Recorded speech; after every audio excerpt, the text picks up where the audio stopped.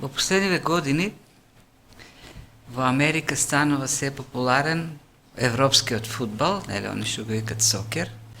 И некој таму познат тренер бил прашан колку сега популарноста на фудбалот во Америка ги поттикна луѓето да спортуваат, да бидат физички активни.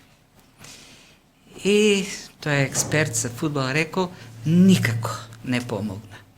Зашто фудбалот е еден вид спортски спектакл.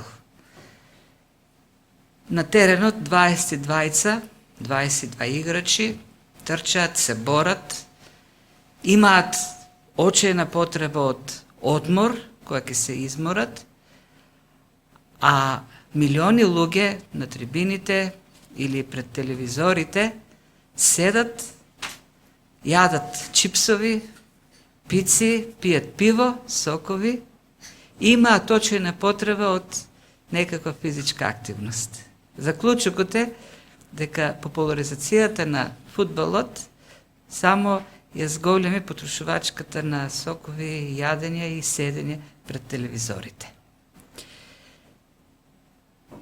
За жал, современото христијанство исто така се претвора во некаква духовна представа.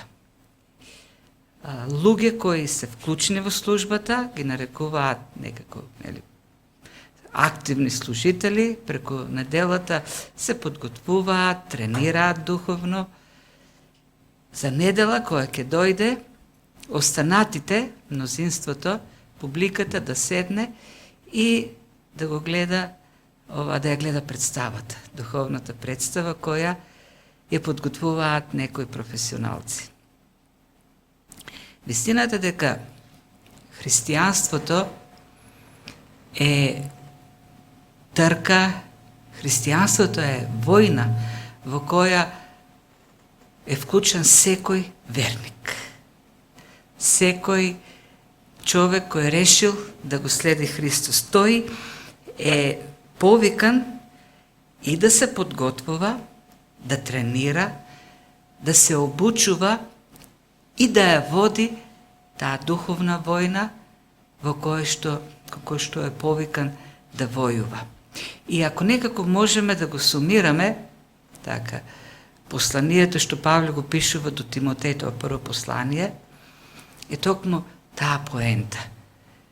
Тимотеј е повикан од Павле да води добра војна, добро да војува, имајки вера и добра совест.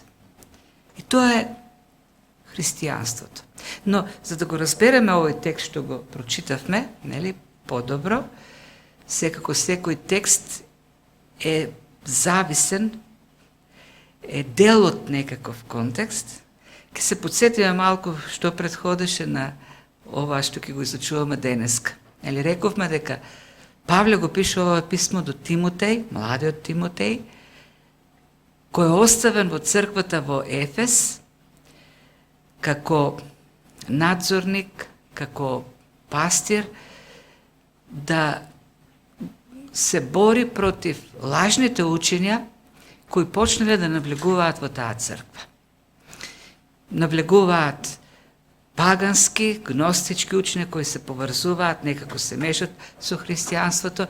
Видовме минатиот пат јудејски учители кои проповедаат спасение по закон, тоест човек треба прво да стане прозелит, јудеин, да се почине на Мојсеевиот закон и тогаш може како јудеин таа жртва на Христос да има некаква вредност за него.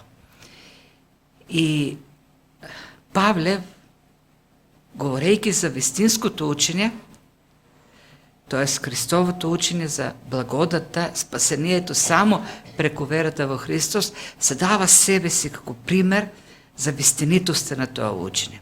И тоа го видов минатиот пат. Тоа е, значи, целта до тој момент беше една заповед дадена кон Тимотеј од Павле. Павле му дава авторитет на Тимотеј, како негов представник да им забрани на сите лажни учители кои проповедаат други учења, учења кои само создаваат конфликти во црквата и доведуваат до едно непримерно поведение. И откако ја дава таа заповед за борба против лажните учења, сега во овој текст, тука што го гледаме, му дава еден друг силен апел, самиот Тимотеј да се вклучи, не само што ќе им забрани на тие лажни учители да проповедаат лажно учење, туку самиот тој да се бори како добар војник за вистинското учење. Да војува за верата, добрата совест. Тоа е, накратко кажано, контекстот. Откако прво е кажано што е најважно во црквата, да се бори како добар војник против ересите за вистината. Е во овој, нели, дел. И во таа смисла Тимотеј е представен како добар војник, да војува како добар војник, повикан е да војува како добар војник. Оваа заповед ти е предаван, да војуваш, да се бориш како добар војник. И таа интересна метафора, таа слика за христијанскиот служител не е невообичаена за Павле во неговата комуникација со црквата во Ефес. Тој има напишано на послание многу порано, пред да го пишува послание до Тимотеј, до Ефес, во каде што, нели, им кажува што се имаат во Христос, какви благодети во Христос, и крајот, кулминацијата или заклучокот на тоа послание е духовната војна. Така завршува посланието до Ефесијаните, со духовното војување. Се она што го имат во Христос може да го заштитат повторно преку она што го имат во Христос. Сето тоа оружје кое е представено на крајот на посланието до Ефесијаните, тоа оружје, духовно оружје, се повторно благодетите што ги имаме во Христос. Преку нив можеме да ја победиме духовната војна. И уште во еден момент, пак напишано до црквата во Ефес, Павле сами од себе се представува како војник кој војува. И тоа во второто послание, веќе пред крајот на неговиот живот, повторно пишува до Тимотеј, кој се уште е во Ефес, така посредно тоа послание напишено е наменето и до Ефесијаните. Павле вели за себе, добро се борев, патот го завршив, верата ја запазив. Така гледаме една слика, веројатно потребна за христијанот како војник, потребна за верниците во Ефес. Зошто, како што веќе реков, една сумаризација, ако може да направиме на ова послание до Тимотеј, е токму тоа, суштината на христијанскиот живот. Тоа е секојдневно, непрекинато војување. Секој христијанин, во моментот кога ќе поверува, во истиот момент кога ќе поверува, тој е вклучен во војна. И секој ден животот на христијанот е војна. Војна која нема да престане додека сме овдека на земјата. Војуваме секојдневно. До животна битка, која не е лесна. Но резултатот во таа битка е извесен, го знаеме. Ние сме на победничката страна. Но тоа не значи дека војната ќе биде лесна овдека на земјата. За жал, современото христијанство ја загубило таа представа. Современиот христијанин го нема тоа сознание дека христијанството е секојдневно војување. И причината за тоа се, не знам дали можам да ги наречам лажните учители, оние кои што проповедаат христијанство кој служи само како средство за задоволување на желбите на човекот. Такво христијанство, за жал, се проповеда денеска. Кога човек ќе стане христијанин, тој од тука натаму ќе има живот без проблеми. Ако се јави проблем, тука е Бог, кој веднаш ќе го тргне. Ако и излезе бездна, Бог веднаш ќе направи мост и така живееме еден живот во кој што имаме само успеси, немаме никакви грижи, никакви проблеми. И си мислам Дали Павле не го знаел тоа? Дека христијанството е живот без проблеми? Зашто самиот тој кога за себе пишува, па и во делата гледавме кога Лука пишува за него, неговиот живот на верата е полн со гонења, страдања, глад, студ, затвори и умира на крајот заради христијанската вера. И некој не е во право.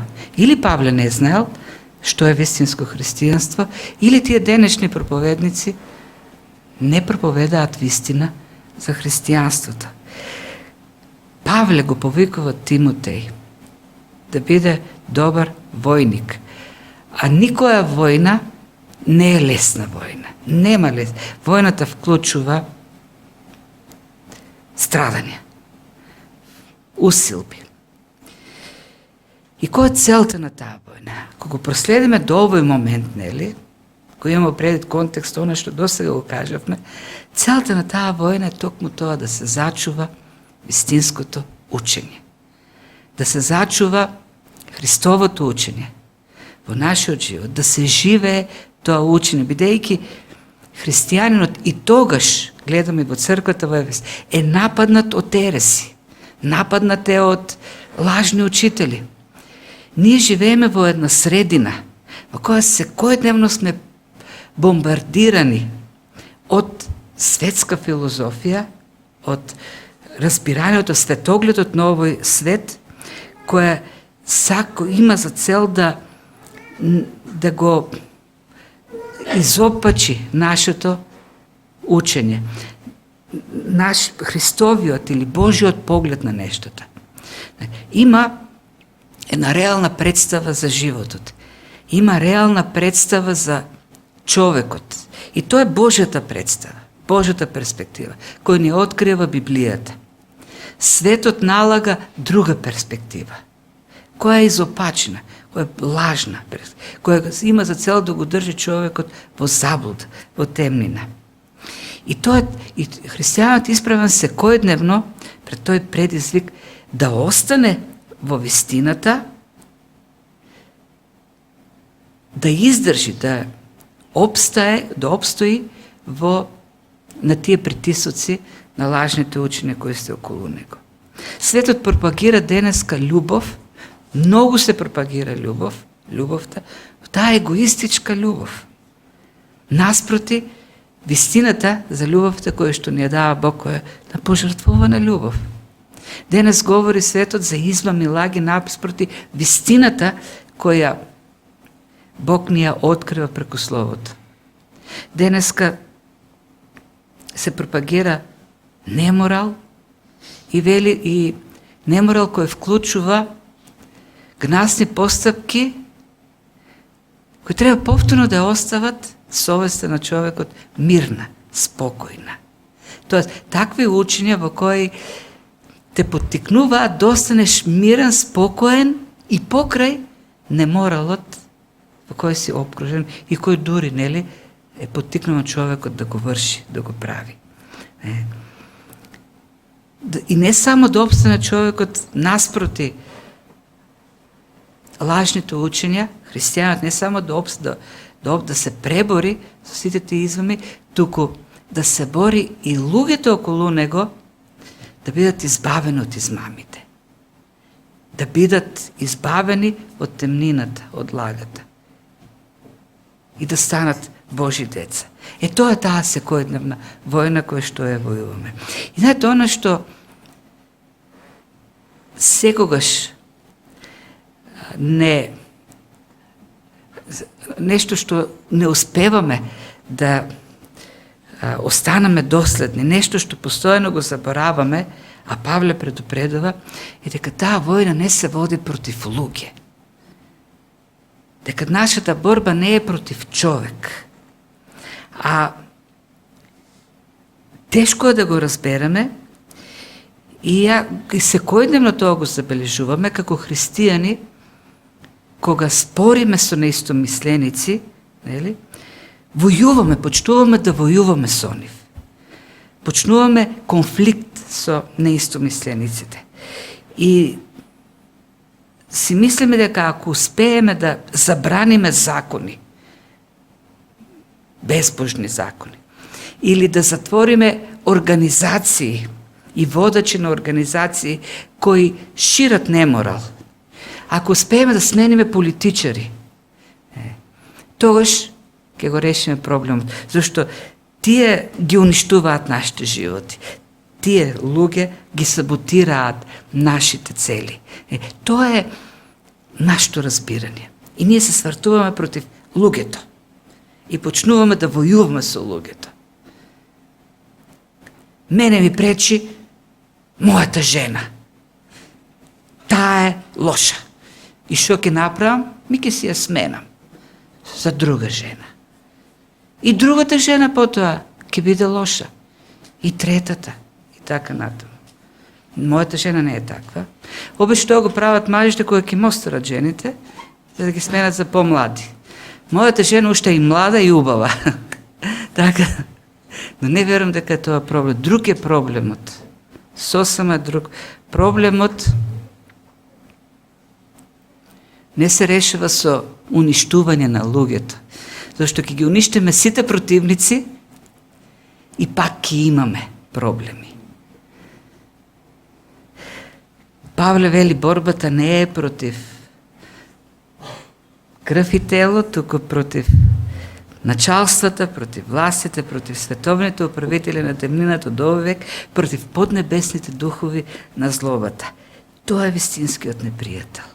Сатаната со својата армија, која е во светот. Светот не е неутрален. Светот е полето преку кое сатаната ги промовира својата филозофија, своите идеологии, своето учење, да го држи човекот во робството на гревот. И тоа учење, таа филозофија која што ја пропагира сатаната, го охрабрува оној грев кој е во човекот. Грешната природа која што има секој човек. Сатаната не престанал од почетокот, кога ја искуши Ева, првиот човек, до ден денешен да поттикнува од човекот копнеш да биде Бог. Што е денешната филозофија на самовреднување? Ти си вреден. Ти си многу скапоцен. Ти си Бог. Ти можеш да правиш се. Затоа немој да имаш никаква вина доколку правиш нешто лошо, зашто ти си Бог. Затоа крени глава. Имај самодоверба, имај самочувство, сакај се себе си. Зашто никој не е поважен од тебе. Тоа е филозофијата која се промовира уште од почетокот, кога сатаната ги сретна првите луѓе до денеска. И кај да погледнеш, се промовира таквата филозофија. И ние сме на бојното поле, на кој треба да се спротивставиме на тоа и да останеме на вистината. Не е лесна таа војна. Филозофијата на тие поднебесни сили е да го храни егото во нас. Да ги гали ушите на егото. А тоа е пријатно. Многу е пријатно.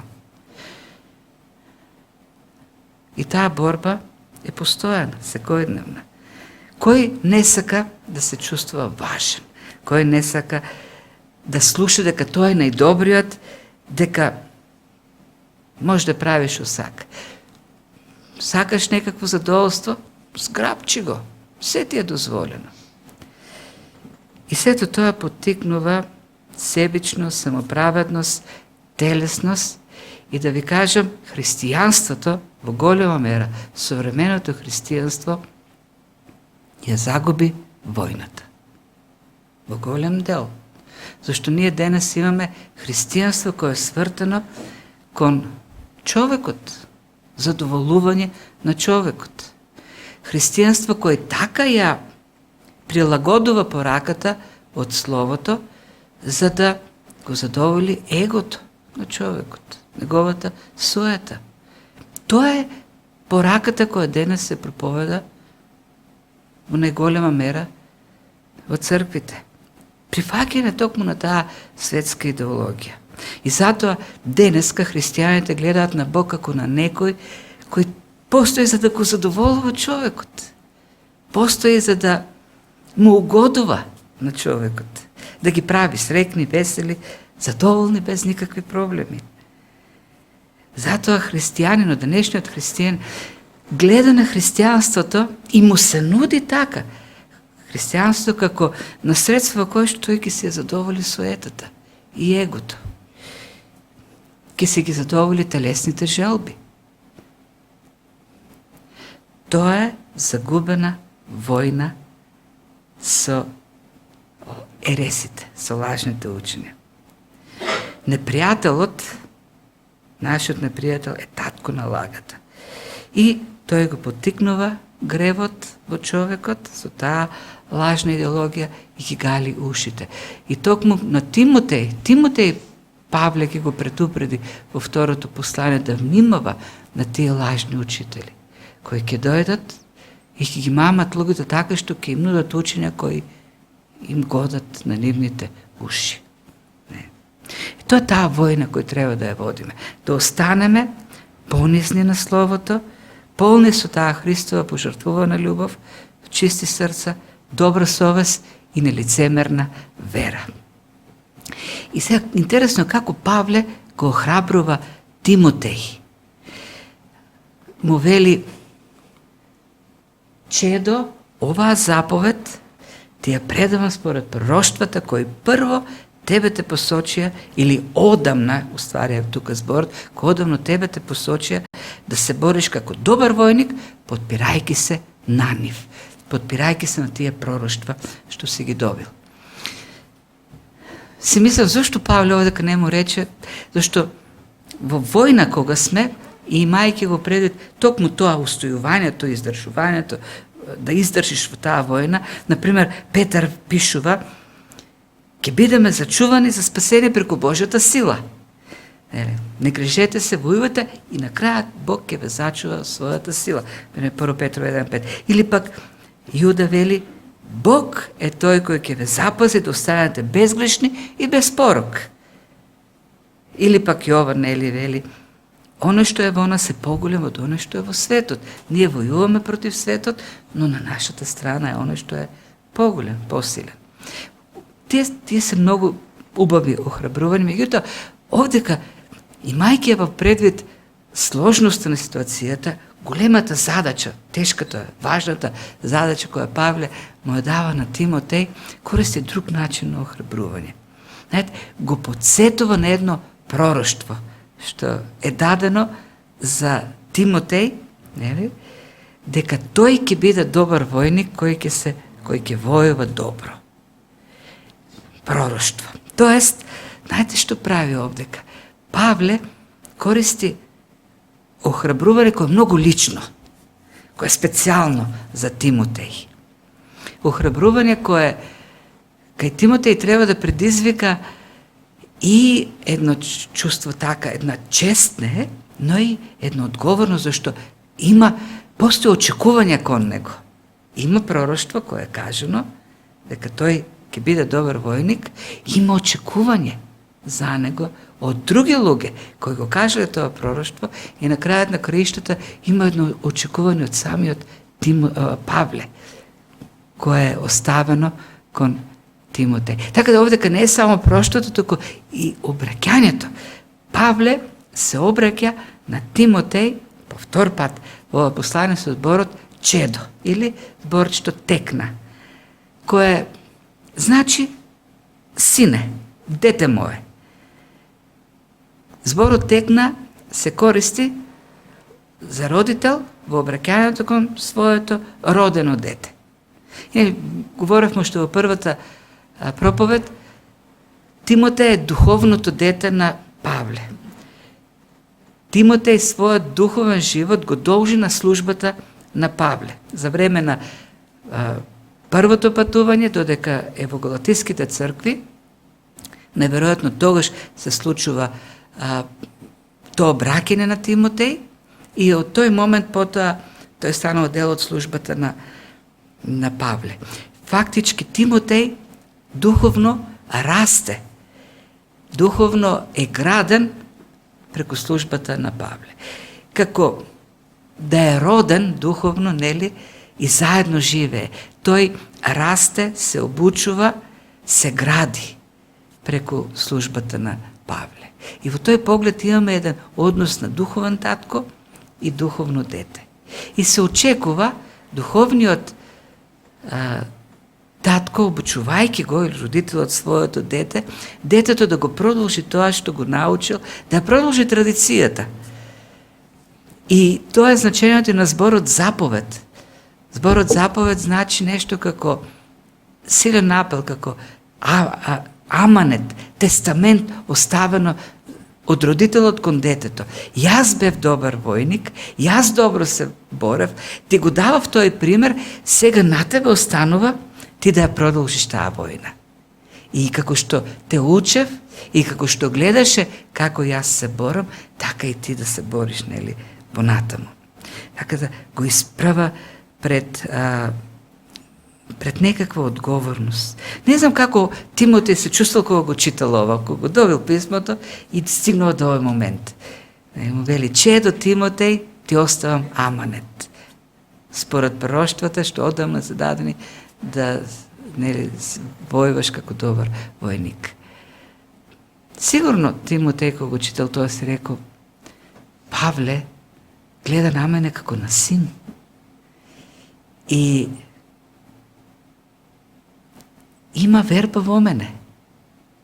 И ми доверил таква важна задача. Овдека, во Ефес, да се борам за вистината. Ми верува, има очекувања. И тоа создава, дава мотивација. Толку е сериозна работата во Ефес, толку одговорна задачата на Тимотеј, што Павле користи таков начин за охрабрување. Чедо мое, бори се, имајќи ги во предвид и пророштвата што беа дадени за тебе.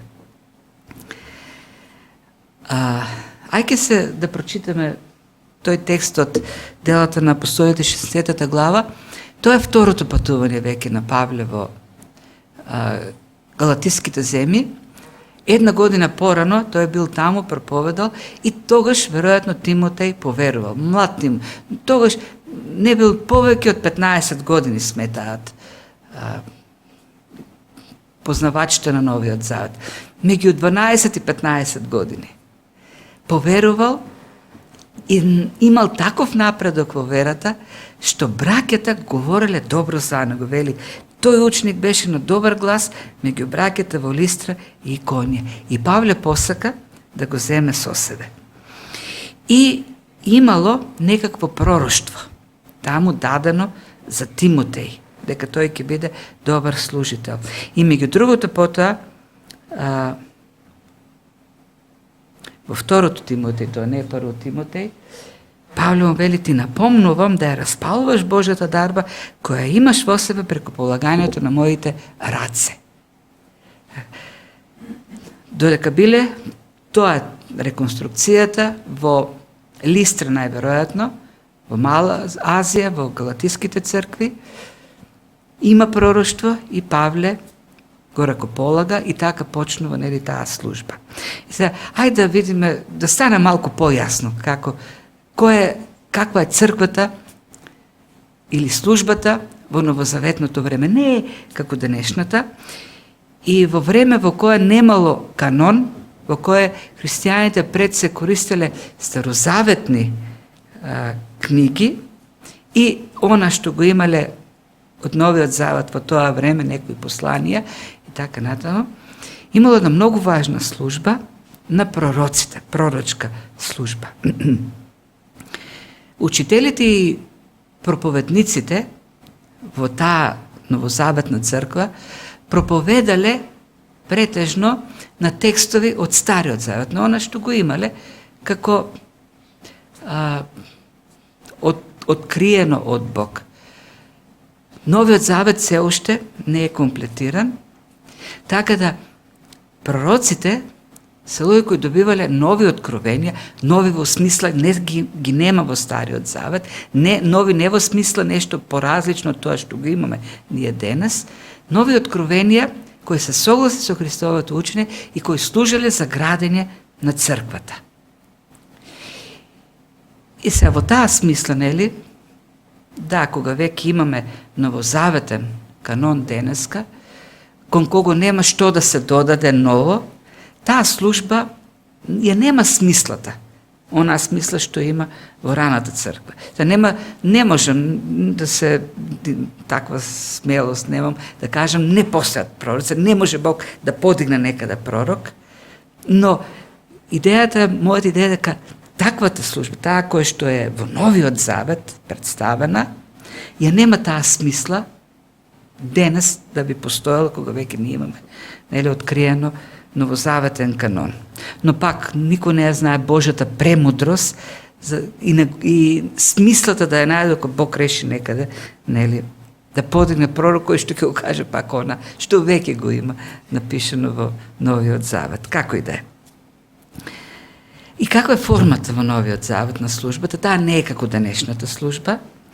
Нема почеток, некој излегува, ја отвара, потоа славење, па проповед и така натаму. Службата во Новиот Завет е многу неформална, нема хиерархија, нема некој што ја води службата, има едно многу развиен осет за дејството на Духот. Духот е тој што ја води службата, не некоја личност. И дарбите постојат и според дарбите, како се поттикнати луѓето според дарбата, зимаат учество во црквата, но треба да има ред, она што го гледаме во Коринтијаните 1:14 глава, секој стремејки се според дарбата и поттикот од Духот да биде прв, се создава некој хаос во црквата. Така, кога некој има слово, го говори тоа слово, дадено од Духот, дахновен, некој добива водство за химна некаква, за молитва, за јазик и толкување задолжително, вели Павле и така натаму. И во една таква служба во Листра, на која присуства очигледно Павле, е дадено тоа пророштво за неговата служба. И Павле го подсетува на тоа Тимотеј и вели, имаше пророштво за тебе. Има очекување од тебе. Црквата која те испрати, црквата која те ракоположи, која те препорача да бидеш дел од мојата служба, очекува ти да извршуваш верно, како добар војник, да ја војуваш таа војна. И тоа е силно охрабрување. Јас сметам дека е многу посилно отколку да му кажеше Павле, да му напише на Тимотеј, војувај и Бог ќе осигури победата. Да, тоа е вистина, но во конкретниот случај Павле е многу личен, така, и му дава, го подсетува на нешто кои се лични само за него, за да го поттикне во таа борба. И ние имаме такво основа за лично подсетување. Ние сме сите деца на Бог и како негови деца Бог решил да ни ја даде таа доверба.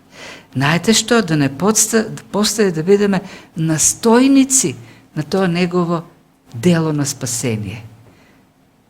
Неговиот домострој или економија. Ние сме таму настојниците. Тој ни дал таква доверба и тоа треба во нас да изгради и чувство на благодарност, чест, а и одговорност, верно да ја вршиме таа работа. Бог ни дал задача да бидеме неговите настојници во неговото дело. И знаете што? Ова е добар пример што треба да го следиме од Павле. Да бидеме луѓе кои ќе поттикнуваат други во служба, така што ќе им се даде довербата, ќе им се даде можноста, одговорност да почувствуваат.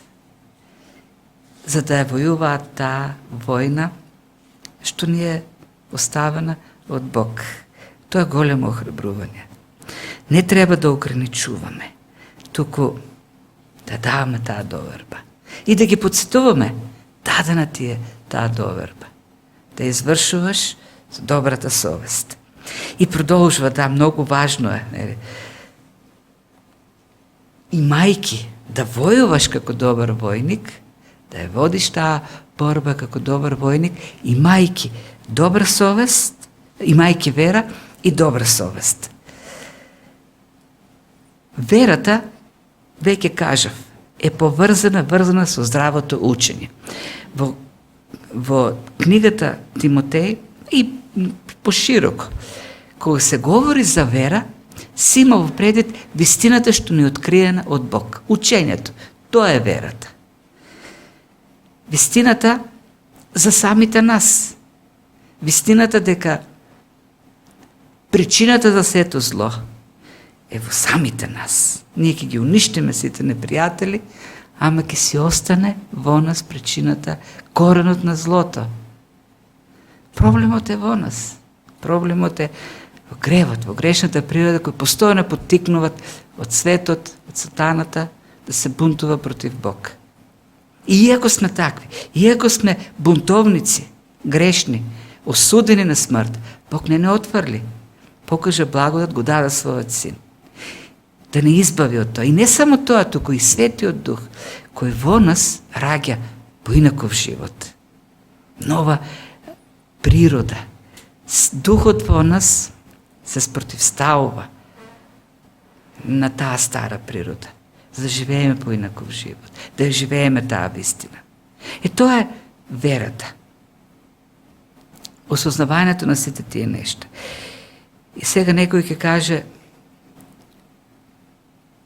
ама добро, само учење, ами нели треба да има нешто лично со Бог? Да, секако. Ние треба да имаме општене со Бог во молитва, меѓутоа, тоа општене пак е на базата на вистината, на Словото. Како ние ќе општиме со Бог, ако не го познаваме Бог? Како ние ќе општиме со Бог или ќе му се молиме, ако не ја познаваме вистината? Ако го немаме Словото што ни го остави Христос, што ни го оставил Бог. На крајот на краиштата, самото Слово не води повторно кон Бог, воопштене со Бог, воопштене во молитва и Слово со Него. Сето тоа да станува живо во нас, да не преобразува, за да се спротивставиме нели на овој свет. И продолжува, ели, вера, имајќи вера и добра совест. И сега дека пак сакам да се задржам малку, многу е важно, бидејќи постои една заблуда кога се говори за совеста, дури во христијанските кругови, да се мисли на неа како на некакво чувство за добро и зло кое е градено во нас, инсталирано во нас. И ти во себе имаш чувство што е добро, што е лошо, и се надоградува постојано нели таа дефиниција и денеска во нели современиот свет се оди дотаму се вели да тоа е вградено во нас, но не е универзално, но е релативно, тоа секој има во себе вградено чувство за добро и зло, кој може да биде кај тебе едно, кај мене да има друго. Но ти води се според твоето внатрешно чувство. И го слушаме тоа, и во црквите дори го слушаме. Абе, ти видиш што е во тебе, какво. Ако во тебе, нели, внатрешно ти говори дека е добро, направи го. Ти си критериумот, тоа што во тебе чувството е вградено. И затоа денес имаме таков корумпиран свет, имаме и корумпирана црква, зашто се потенцира во тебе, во тебе, чуј го гласот во тебе што ти говори. Ако гласот ти вели дека можеш да го направиш тоа, направи го и воопшто немој да чувствуваш вина. Не, совеста не е тоа. Не е чувство, зашто на крајот на краишта нема ништо поизмамливо од нашите чувства и нема ништо попроменливо од нашите чувства. Совеста, имајќи го пред ова што е откриено овдека, и потоа проблемите што ги има во Ефес со некои луѓе што претрпеле бродолом во верата, всушност совеста е обстојување на она што знаеме дека е вистина, на она што е објективно откриено дека е вистина. Нам Словото, Бог не открил што е добро, што е зло. Не е внатрешно чувство, тоа е објективна вистина. И совеста е како стрелката на компасот. Како и да го вртиш компасот, стрелката секогаш ќе покажува на север. Така и со добрата совест. Какви да се околностите, што и да говори светот, какви да се моите чувства внатре, совеста секој пат ќе ме насочува кон вистината, кон Словото. Совеста е послушното срце кон Словото. Добрата совест е дисциплинираниот ум и волја да извршува она што е вистина, она што е објавено во Словото. Тоа е добрата совест. Ке го следам мојот Господ, ке го правам она што тој вели дека треба да го правам, независно од тоа што околу мене се говори. Дури што во мене говори тој глас некаков на чувството. Вистината. И христијанската војна се темели на верата, на вистината и на добрата совест, која покорно ја следи таа вистина, ја живее и извршува. Без тие две работи нема војна. Ако направиме компромис со едното, војната веќе е загубена. Ние подпишуваме капитулација. Нема војна. Не војуваме повеќе.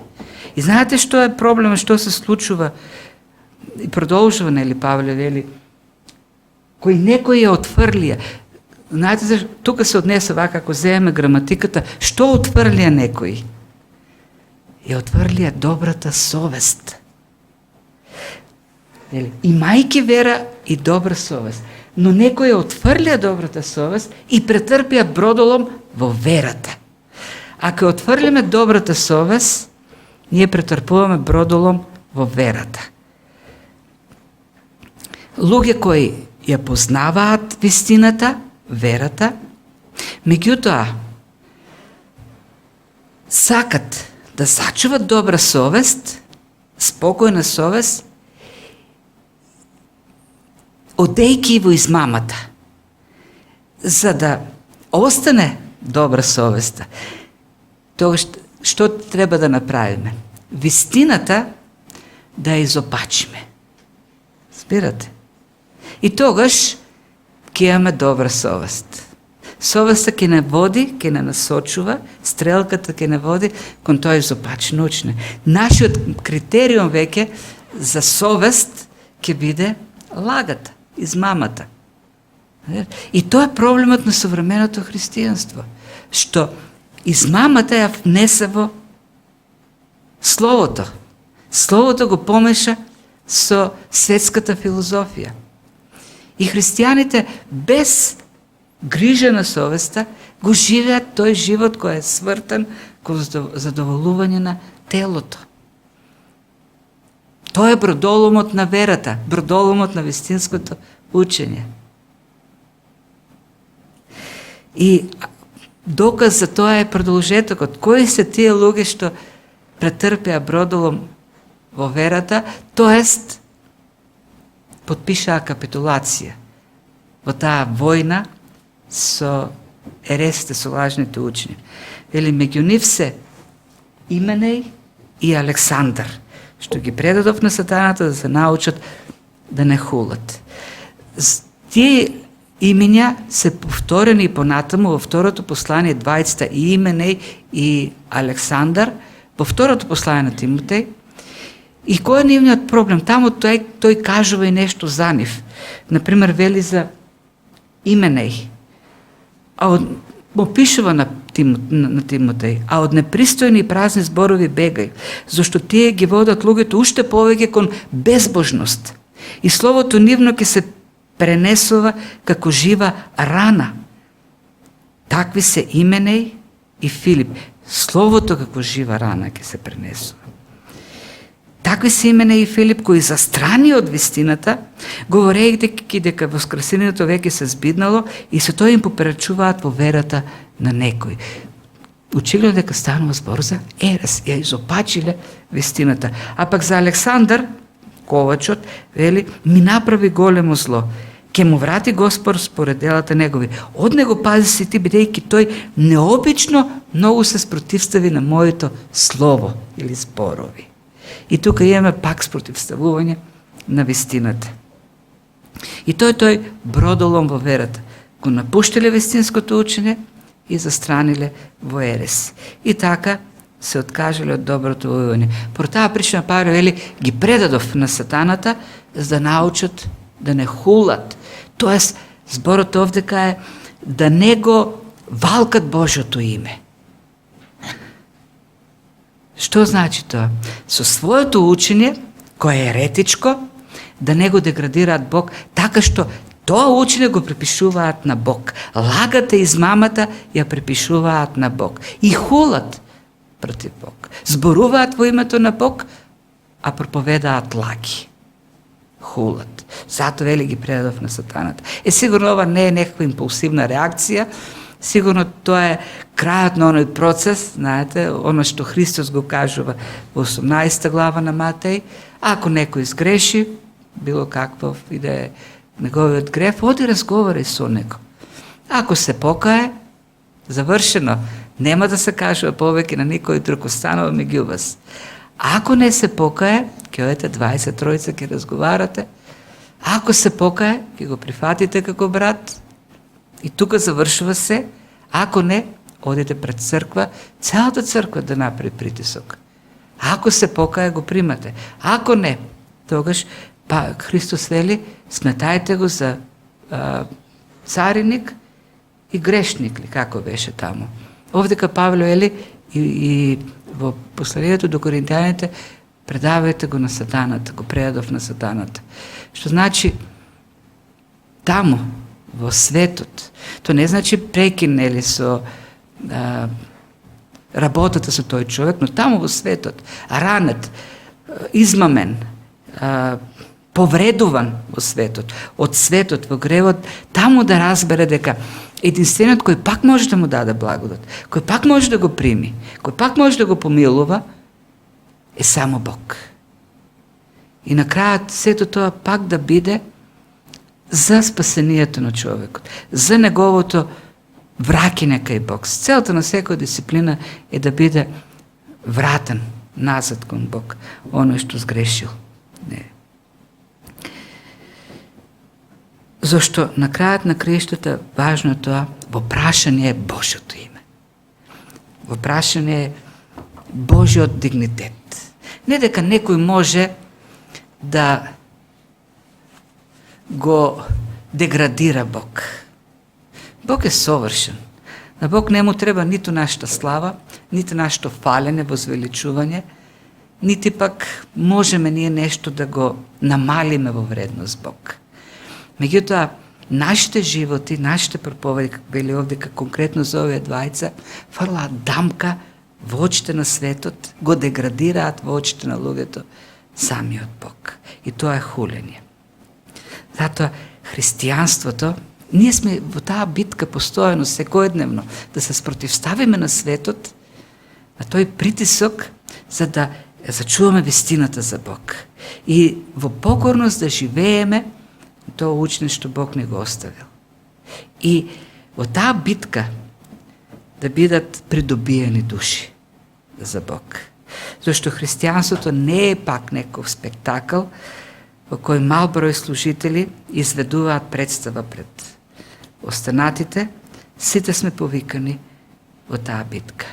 И християнството или службата не е само еден така десерт во неделите, кој треба да ни го заслади животот.